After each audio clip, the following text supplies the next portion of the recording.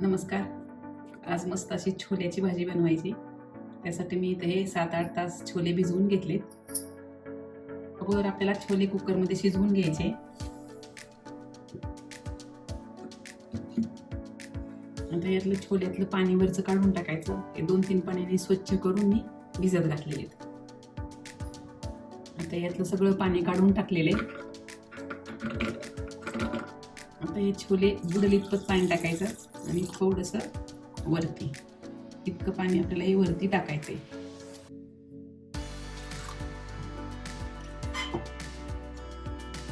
यामध्ये थोडंसं मीठ टाकून घ्यायचं, थोडीशी हळद, हे 2 तमालपत्र आणि छोटे 2 दालचिनीचे तुकडे. मीठ हलवून घ्यायचं. म्हणजे एका जागी पडलं तर तिथले छोले जरा जास्त खरडतात.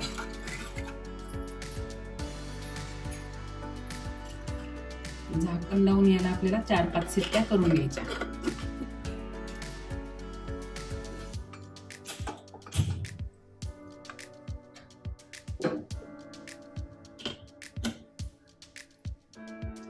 आता आपल्या बरोबर 4-5 शिट्ट्या आपण याच्या करून घ्यायच्या. आता आपले छोले शिजतात तोपर्यंत आपल्याला इथे भटुऱ्यांसाठी पीठ मळून घ्यायचे. तर मी इथं भटुऱ्यांसाठी गव्हाचं पीठ वापरलेले, मी मैदा नाही वापरलेला. आपण आज गव्हाच्या पिठाचे भटुरे बनवणार. तर मी इथे हे याच वाटीनं 2 वाटी गव्हाचं पीठ घेतले आणि पाव वाटी रवा घेतलेला आहे. तो यामध्ये टाकून घ्यायचा. बरोबर पिठाला मध्ये थोडंसं गोल करायचं.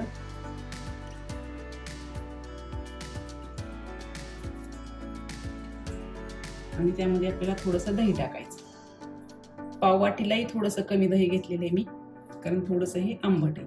कमी आंबट जर दही असेल तर तुम्ही पाववाटी घेतलं तरी सुद्धा चालू शकतं. आता आपल्याला या दह्यामध्येच हे थोडंसं मी अर्धा चमचा बेकिंग पावडर घेतली, पाव चमचा साखर घेतली आणि हा सोडा घेतलेला आहे थोडासा, 1-2 चिमट. ते ह्या दह्यामध्येच आपल्याला टाकून घ्यायचं आणि पिठाच्या चवीनुसार हे मीठ टाकून घ्यायचं आणि ह्या दह्यामध्येच छान आपल्याला अगोदर हे मिक्स करून घ्यायचं. म्हणजे काय होतं, पीठ छान फुगतं. आता हे पिठाला आपल्याला सगळ्या एकत्र मिक्स करून घ्यायचं.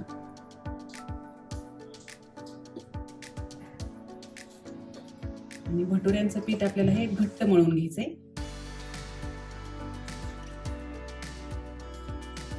आता हे दह्याचं मिश्रण आपलं सगळ्या पिठामध्ये मिक्स झालेलं आहे.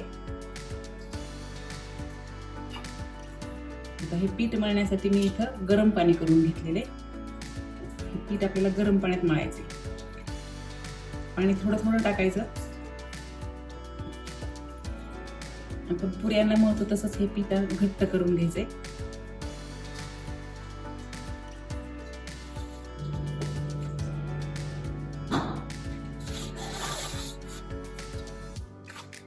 घट्ट असं हे आपलं पीठ मळून झालेलं आहे. असं चांगलं चोळून घ्यायचं आणि मऊ करायचं. आता थोडंसं तेल टाकून हे पीठ चांगलं मळून घ्यायचं. तर हे पीठ मी दुसऱ्या भांड्यामध्ये काढून आपल्याला हे पॅक झाकून ठेवायचे. आता हे पीठ फुगतंय आपलं, तोपर्यंत आपल्याला छोल्याची भाजी तयार करून घ्यायची. आता हे छोले मस्त शिजलेले आहेत. इथं मी आता भाजीसाठी 1 मोठा टोमॅटो बारीक चिरून घेतलेला आहे आणि 2 छोटे छोटे कांदे तेही बारीक चिरून घेतले. आता आपल्याला हे भाजून घ्यायचे. कढईमध्ये 2 चमचे तेल टाकायचं.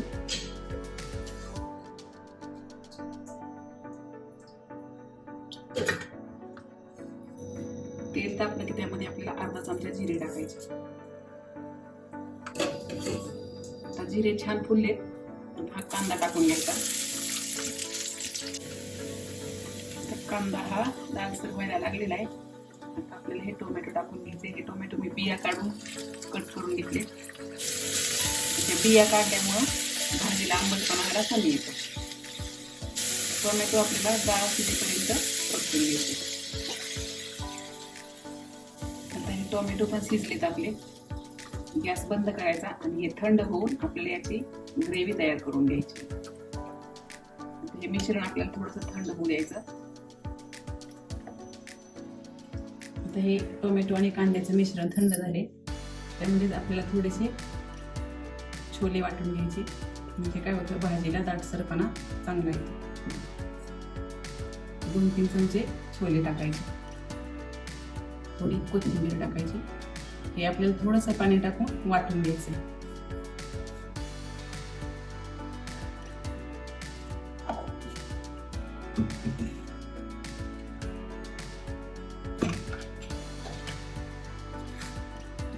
आता हे व्यवस्थित वाटून झालेले एकदम मऊ असं.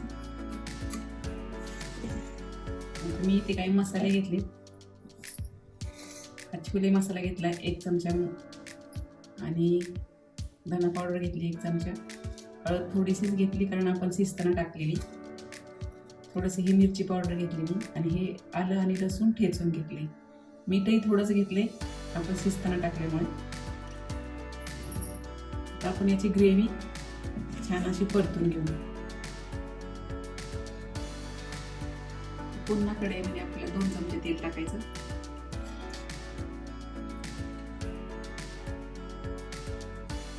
आणि ही ग्रेव्ही टाकून घ्यायची.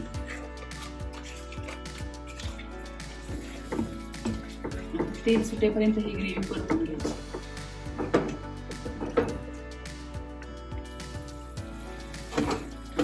आता ही ग्रेव्हीला छान तेल सुटायला लागलेले, मस्त परतून झालेली. आता यामध्ये आपण जे प्लेटमध्ये काढलेले मसाले ते टाकून घ्यायचे. अगोदर आलं लसूण टाकायचं, ते चांगलं परतून घ्यायचं यामध्ये ग्रेव्हीमध्ये. आलं आणि लसूण 2 मिनिट परतून झालेले. आता हे मसाले टाकून घ्यायचे सगळे. थोडी कोथिंबीर टाकायची आणि मसाले चांगले मिक्स करून घ्यायचे. थोडंसं हे गरम पाणी टाकायचं. झाकण ठेवून आपल्याला हे 2-3 मिनिटं मसाले चांगले शिजून घ्यायचे.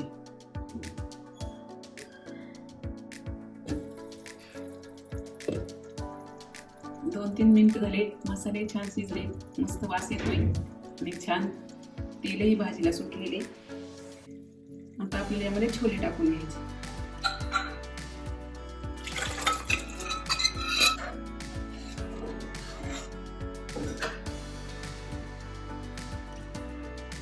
हे मिक्सरचं वाटलेल्याचं पाणी. याची ग्रेव्ही थोडी घट्ट वाटते, आपल्याला थोडंसं पाणी टाकायचं. याची ग्रेव्ही जास्त घट्ट पण नाही आणि जास्त पातळ पण नाही, अशी मीडियम ठेवायची. कारण आपल्याला ही भाजी 10 ते 15 मिनिटं चांगली उकळून द्यायची, त्यामुळे नंतर घट्टच होते.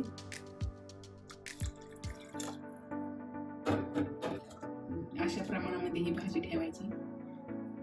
आता याला एक उकळी येऊ द्यायची आणि नंतर मग 10-15 मिनिटं छान मंद गॅसवरती उकळू द्यायचं.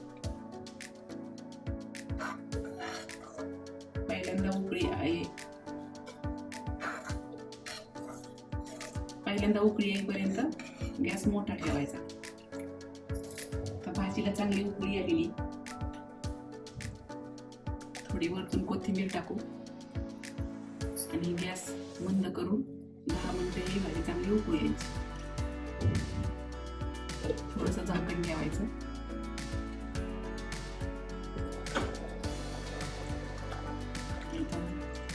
दहा 15 मिनिटं भाजी छान उकळली. ग्रेव्ही ही आपली छान दाटसर झालेली. आपल्याला गॅस बंद करायचा आणि भुटुरे तयार करून घ्यायचे. इथे हे पीठ भिजलेले, यातलं थोडंसं पीठ तोडून घेऊ. छान पीठ असं मळून घ्यायचं. तुम्ही ताटात मळून घेऊ शकता. असं गोल गोल गोल गोल आपल्याला याचा उंडा तयार करून घ्यायचा. नंतर असा रोल करायचा आणि आपल्याला जेवढा भटुरा ज्या साईजचा लाटायचा आहे त्या साईजचे आपल्याला हे उंडे तोडून घ्यायचे. आता मी ते 4 तोडून घेतले.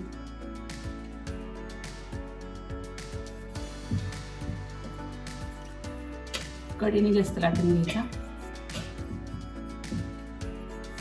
भटुरा थोडा निमुळत्या आकाराचा असतो, तर मी इथं गोल लाटणार आहे. हा असा उभ्या लंबुळ्या आकाराचा असतो. आता हे तेल कडक तापून द्यायचं आणि त्यामध्ये आपल्याला तळून द्यायचं. ते आता मी कढईमध्ये तेल तापायला ठेवले. तापले का आपण चेक करू.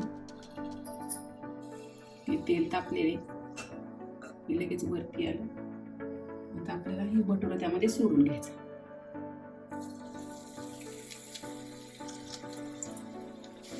तुम्हाला थोडे छोटे लाटायचे असले तरी तुम्ही पुरीच्या आकारा एवढे सुद्धा लाटू शकता.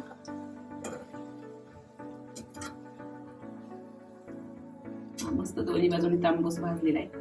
आता हे आपल्याला काढून घ्यायचं. असे सगळे भटुरे आपल्याला लाटून घ्यायचे. मस्त आपली छोल्याची भाजी तयार आहे. मस्त गरम गरम भटुरे तयार आहेत. हे गव्हाच्या पिठाचे भटुरे आणि ही मस्त आपली छोल्याची चमचमीत भाजी. ही रेसिपी तुम्ही नक्की करून पहा. आवडल्यास लाईक करा, शेअर करा आणि चॅनलला सबस्क्राईब करा.